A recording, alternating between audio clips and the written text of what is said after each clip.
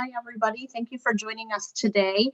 This is a recording of Great Start to Quality in Class Updates and Overview. This is just a recording of the presentation that we have done last week, January 26th and 28th. And this is just for awareness and understanding. This is not for credit, but we hope that you will find all of this information very useful. All right, I'm Kristen Howard, and I am the Assessment Manager for Great Start to Quality, and I am new to this position, just starting in September of last year, but I have been in the early childhood field for over 20 years, and I'm excited to be able to present this information to you. Hi, I'm Lisa Brummer. I'm one of the assessors at Great Start to Quality. I've been with ECIC for the past 5 years since we were onboarded here. And before that, I was an assessor with Great Start or with High Scope. And I just wanted to let you all know that on behalf of the assessment team, coming out to your programs is one of our absolute favorite parts of our job. Hello, everyone. Jennifer Roundtree. I'm a certified class trainer at ECIC as well as technical assistant consultant at our TA and training center. I've been with the organization since 2015.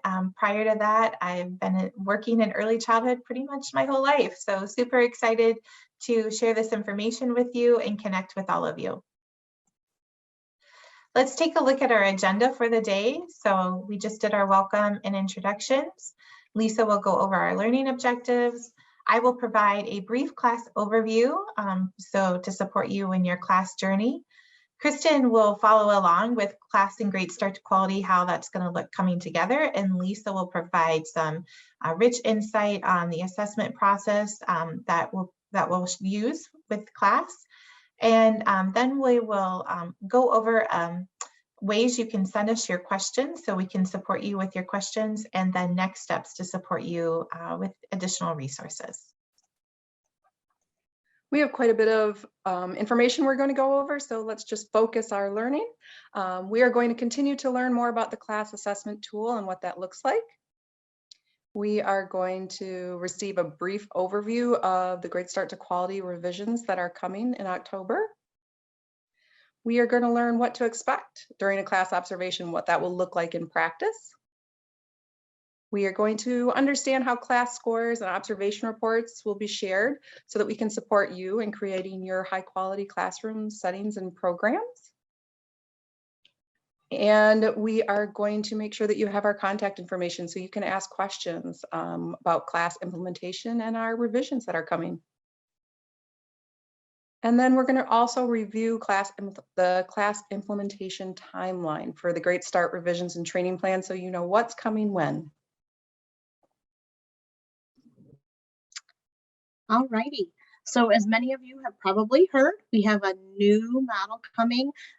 It's a new quality improvement process, and that will be in place in October of 2022. Although the exact launch date has not been set yet, we do know that it will happen in October.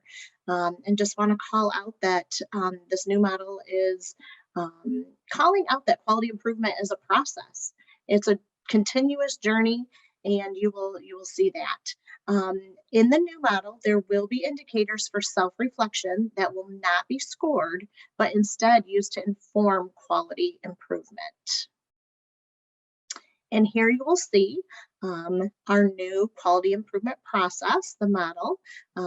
You will see that there are levels of quality instead of star ratings, and maintaining health and safety is right there at the bottom. And in order to be there, you have to maintain a licensing status of original, regular, or first provisional. And then you will see reflecting on quality. And that's when programs complete and submit a self-reflection of the quality indicators. Enhancing quality, programs will create one action item in the quality improvement plan and assign it to a person with a due date. And then you may receive free coaching from a Great Start to Quality Resource Center during this time. Then you're going to move on to demonstrating quality. And if you would like to be in demonstrating quality, you will complete that action item. And this is where you'll have an on-site assessment. And if you meet those threshold scores for program assessment, you will be considered demonstrating quality. We're going to see this model again later and talk about it further in detail.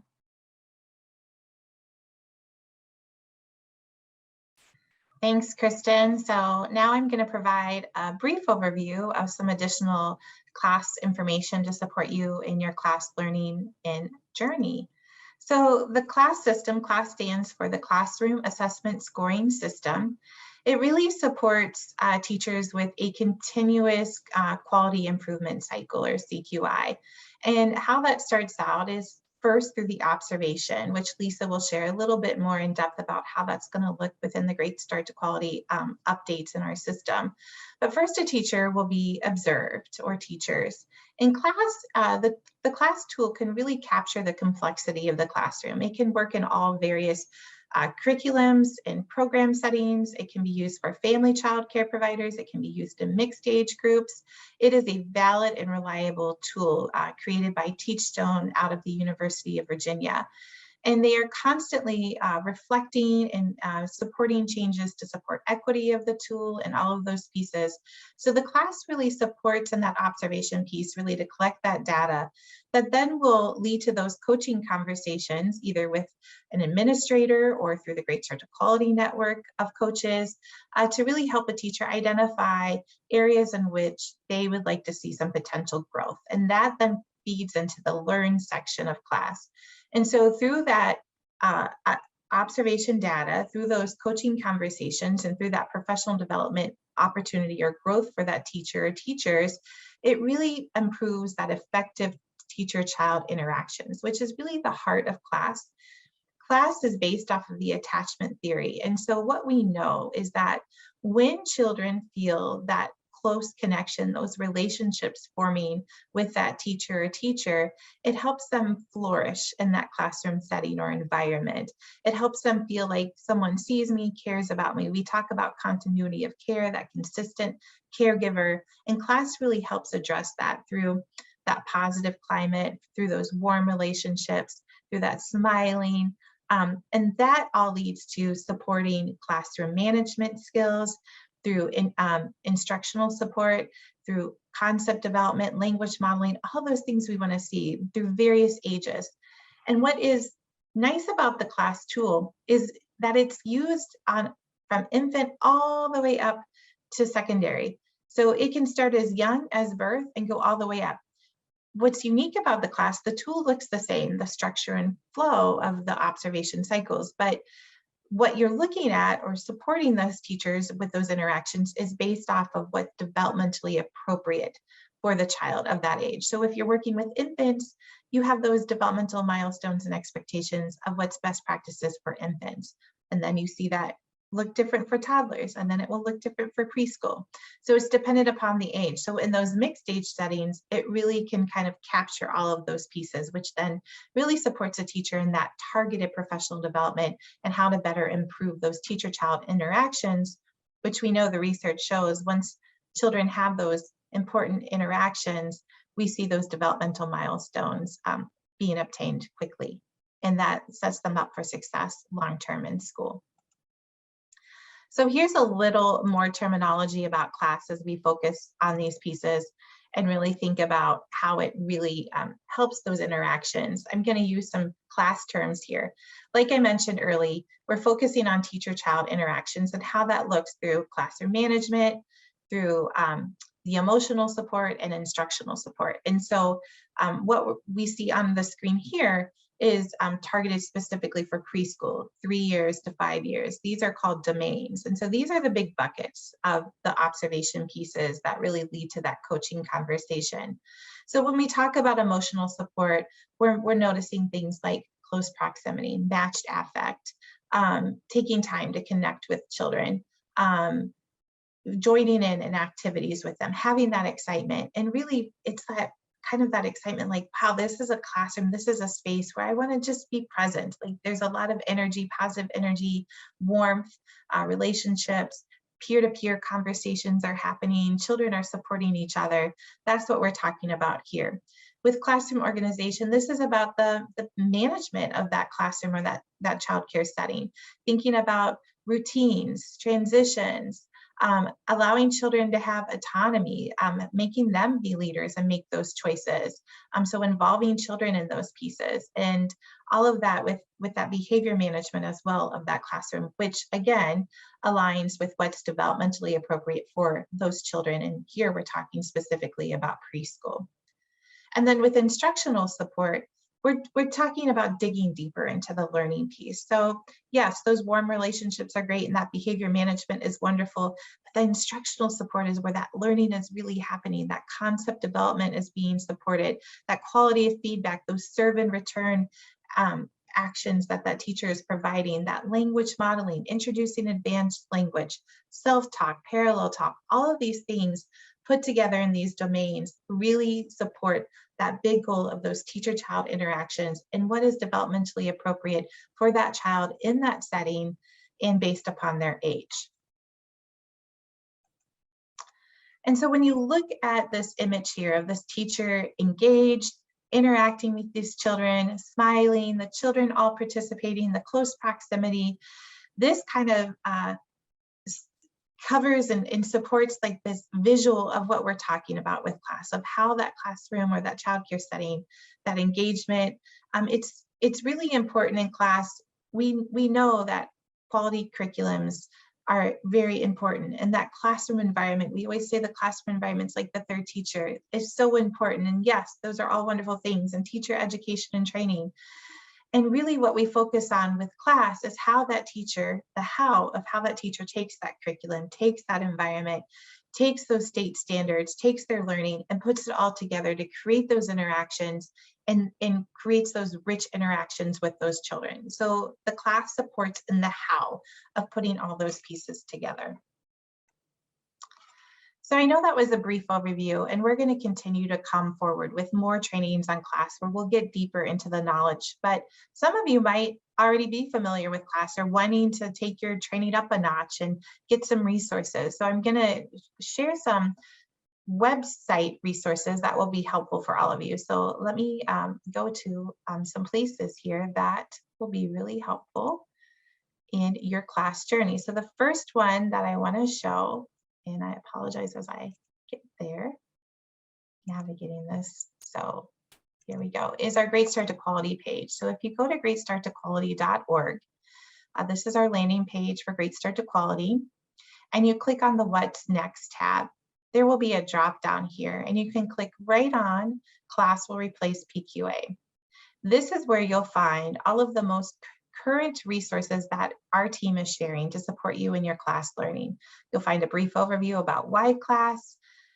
You will learn some similarities and differences. We have some crosswalks on here.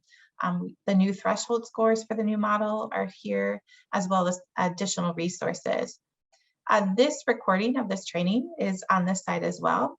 And then we did a training in the late summer, our very first training that we brought forward about Great Start to Quality in class. And so that will be available as well. We also have our assessment at ECIC email here, which we continue to want to hear from you. So you can just go here to send us an email with any questions, and then just more information to come. You can also sign up for our listserv on this page or follow our Facebook page for the most current updates. So this is a wonderful way of thinking about those resources and how that ties into Great Start to Quality. I do want to show you on this page, when you go to the Why class, if you are interested in learning more, this link here, by clicking here, will take you directly to Teachstone's website, where you can access a free ebook, Why class. So you just put your information here, and then you'll have access to this Why class ebook, which will be really helpful. Another resource that I want to show everyone here, and let me get there, is if you go directly to the Teachstone website, and in fact, if you go to teachstone.com/resources, as you see on my screen, you can access all of Teachstone's resources, and you can search by topic, you can search by your role, you can search by language if you would like them in the Spanish version. So you'll have access to all their webinar recordings, their podcast, resources, research about class. There's multitudes of things that can support you in your class learning. So this is a great page. Again, this is teachstone.com/resources to support you. So let's get back to our PowerPoint and we will continue on our class journey. So here we go. And let me get to the right one as we move forward. And now Kristen is going to connect more about class and Great Start to Quality. So here we go. All right. So we're going to talk in this section a little bit more about class and how that relates to Great Start to Quality. So some of you might be wondering why class? And as Jennifer pointed out, there's a lot of resources right on our website that talks to that. But class will better support quality improvement with the specific goal of improving child outcomes. It's a nationally recognized tool. It supports a variety of curriculum and philosophies. And as you learned from Jennifer, class focuses on adult-child interactions. So this tool is very equitable because it can be used in any program type using any curriculum. And so here you see the new model once again. And I want to call out, just because class focuses on interactions, the environment is still important. So please keep in mind that a quality environment is still essential. A quality routine is still essential. So those higher class scores usually happen in those high quality environments. So a reminder that this new model will take place in October of 2022. And class observations will take place when the program is ready and the quality improvement signs off that you're ready to go into demonstrating quality. So here are our threshold scores for class, and you will see that these are very supportive. And you will see that the infant, toddler, and pre-K are going to be using the class observation tool, and school age, out of school time, will be using the SELPQA. So these are very supportive threshold scores. Again, you can see these on our website as well. And I do want to call out that school age programs are still going to need that on-site assessment. So please notice that that SELPQA is going to be used for those out of school time only programs. Alrighty, so now we're going to be moving into programs that have multiple classrooms. So the way that the number of assessments a program will receive will not change from what's true today. Each age group served must be assessed, as well as 1/3 of the total number of classrooms. Classrooms will still be selected randomly. And again, calling out that school age classrooms within an early childhood program will now receive an on-site assessment as well, which is a little bit of a change. So please make note of that. Some people might be wondering about approved assessors. Approved assessors will still be able to be used with the new model in the fall of 2022. Now, we don't have all the details yet for approved assessors for the class observations, but we do know that approved assessors will be able to be used in early Head Start, and GSRP programs. NAEYC accredited programs will have on-site assessments conducted only by Great Start to Quality assessors. So again, this is a tiny little change. A Great Start to Quality assessor will be glad to come to your accredited program. And we want to let you know that our assessment team will be coming out in the spring and summer of this year to help prepare for that official transition. So if you are interested in having a class observation done at your program, you will see again our email assessment@ecic4kids.org. If you're interested in having a class observation, you will get a lot of information. You will have a report that will help you to better your quality improvement and prepare for that transition, as well as it will help our assessment team with practicing all these class observations. So some important information to point out, programs are now unable to postpone on-site assessments. So if you're coming through the process, your options right now are to continue on that journey and get your PQA, your on-site assessment, or opt out of that. So we are no longer doing postponements. And then there is a detailed timeline with important dates in the December issue of the Star Gazette, and that was sent out on December 28th. And if you are not getting the Star Gazette, as Jennifer pointed out, join our listserv so that you can get all those important details and information. All right, and we're going to talk a little bit about the observation and what that looks like.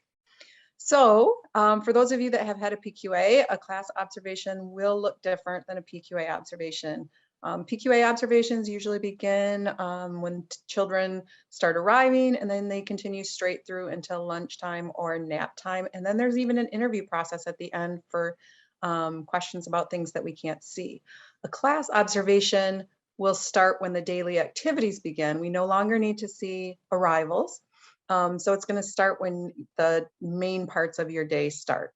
And the starting time is going to depend on each individual program schedule, when your daily activities start, if they start at 8, 8:30, 9. And a class observation is going to consist of cycles. One cycle is 20 minutes of observing, and then we're going to take 10 minutes to score. So we're going to observe and watch for 10 minutes. Or for 20 minutes, excuse me, and then we are going to sneak off to the side or sit quietly or step out into the hallway, and we're going to score that 20 minutes. Each observation itself will consist of 4 to 6 cycles of that observing scoring. So what this will look like in practice is your assessor will arrive, will briefly greet the teachers or the providers, and then we'll just find a quiet place to sit in the classroom or the care space. For the PQA, we used to wander around a little bit. We used to look at your environment and your catalog, your materials. We're no longer going to do that. We're just going to go right into finding that quiet place to sit, observe, record notes for 20 minutes, step out, take that 10 minutes to score, and then come back to start our next 20 minutes of observation. What will be helpful for programs is if they can designate or find a quiet table or a spot outside of, but close to the classroom or care space where we can sit and go through our notes and use our score sheets. That might be a hallway with a small table, a dining room or kitchen table, or maybe an empty room nearby. Preferably it would be outside of the space, away from the children and the business. The children like to talk to us sometimes or come up and check out what we're doing. And while we love that, when we only have that 10 minutes of scoring, it can make it a little difficult. But if there really isn't a spot like that, or if you maybe have children in the classroom or your program that you know that's going to be extremely distracting and that's going to create a really difficult morning for them and for you, please let us know that, and we'll just stay in a quiet corner of that classroom or care space and score there. So again, that's 4 to 6 cycles of 20 minutes of observing, 10 minutes of scoring. And it's really helpful just for everyone to know that, because you can talk to the children ahead of time. Because we move in and out of the classroom, if children know that ahead of time, maybe it'll be less distracting. We do our best to move quietly. We did notice during the pilot that children did look up and kind of wonder what's happening as we moved in and out, but by the second or third cycle, they became so used to it, they didn't even seem to glance up. So we're hopeful that will be helpful. The 4 to 6 cycles means we'll be at the program for approximately 3 hours of observation time, but it might be longer if outside time or nap time is in that 3-hour time frame. And it just depends on the age being observed, because the tools have different guidelines. So a preschool class observation does not score nap time or outside time, but an infant or a toddler class observation, while we still don't score nap time, we can score outside time. And these are the class parameters. That's the validity of the tool. We do score every other part of the day for class. So that means meal times, large groups, small groups, choice time, snack time, planning, transitions, can all be observed and scored. So maybe if we're coming from 9 to noon, but outside time for a preschool classroom is like from 10 to 10:30, or an infant room has a morning nap time, then we might need to stay longer just to get that last cycle of observing and scoring in. And of course, we don't want to alter your daily schedule or expect you to alter your daily schedule. We just wait patiently until the next opportunities to start scoring again. And I do want to note that if you are an outside program, or a lot of programs in the summer like to spend time outdoors with their children, and they will do parts of the day outside, like large group or small group or snack or anything like that, we can score those main parts of your day if you do them outside. The only thing that the preschool class tool does not let us score is unstructured outside time, which means just free play. If they have that half an hour of free play outside, we don't score that. And then once those 4 to 6 cycles are done, then we're done for the day in that classroom. Knowing that an observation is 4 to 6 cycles, there's certain parts of the day we can't score.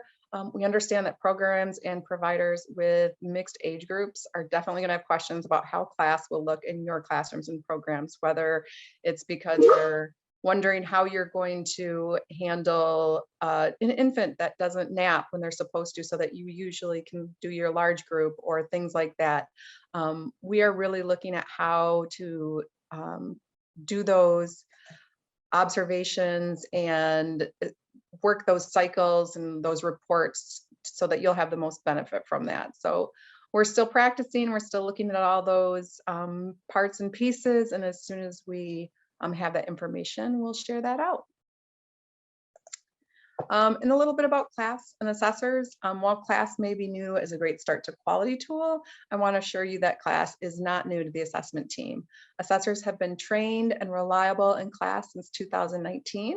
That includes yearly testing to maintain our certification and our reliability. So we have been preparing for this for quite some time. And as assessors, we're very excited about the switch to class. We really view ourselves as resources and support tools for programs in helping you to provide those high quality experiences for children. And class observations and reports are specifically focused on teacher-child or provider-child interactions and relationships. So the feedback that we are going to give you now as teachers and providers are completely on things that are in your control. No longer bathrooms or square footage, but things that are in your control, things that you can use to enhance your relationships, highlight those teachable moments.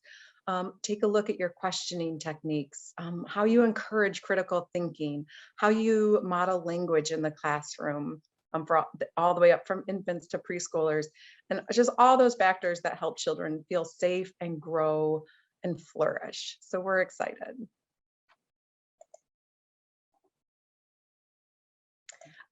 We are sure that you all have questions, whether it's about the timeline or revisions, or whether it's about class itself and how that's going to look and what the reports are going to give you in information.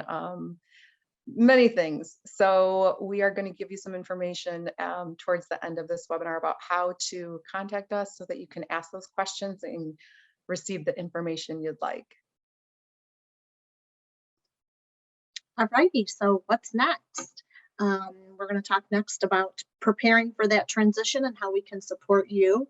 Make sure that you're checking out our Class Will Replace PQA page on the Great Start to Quality website that Jennifer had pointed out earlier. Again, it's greatstarttoquality.org, and then what's next? Go to the Class Will Replace PQA page, and you can find information about why the change, the link to Teachstone's website, and we're always going to be adding new information there. So you might want to make that a favorite and check it out frequently for your information. And then reminders that the change will not occur until October of 2022. And when we have that launch date, we are sure that we will get that to you as soon as we know it. There are class observation opportunities. Again, as Lisa mentioned, we will have our information at the end. Please email the assessment team at the assessment email, and we can get you on our list, although we cannot guarantee that you will be selected for a class observation. We do have many opportunities. And then more training is coming. So I think Jennifer will kind of point out that. Yeah, absolutely, Kristen. So again, with some continued supports, because we know you want information and you're eager to learn more about class and how it's going to look in Great Start to Quality, and you want to be successful, right? So we will continue to bring these trainings forward. We will have one in the spring, date to be determined yet, and one in the summer, where we'll dig a little deeper into more class knowledge and resources for all of you. Please make sure you sign up for our monthly Star Gazette and What's Next for Great Start to Quality emails. You can do that on the Class Will Replace PQA webpage that I showed earlier. So you're getting all the current information and updates from our team. And then, as Lisa mentioned, and all of us welcome your questions. We want to hear from you. We know you have questions. You're wondering how this will look if you're a family child care provider, if you have mixed age groups, if you're an outdoor program, all of those things, right? And so please email your questions to assessment@ecic4kids.org, as you see on your screen, and we will respond to you. We're grateful that you're sending those forward, because your questions also help us design our upcoming trainings for all of you to support you on this learning journey. And this is our information. So Kristen's, Jennifer's, and my contact information. So if you would like to contact us directly about something we specifically said, or something that we might specifically be able to help you with. And we just want to take a minute and just say thank you. We understand that you are busy. You are usually in your classrooms or in your childcare duties from morning until sometimes night, sometimes 24 hours. You put in so much work to do your job and to be there for Michigan's children and families. And we are just so thankful for you. And we are so thankful that you took the time out to watch this webinar and to learn more about the process and to understand what's coming up so that you can be the best that you can be. And we're so grateful for that. We just appreciate you and we thank you.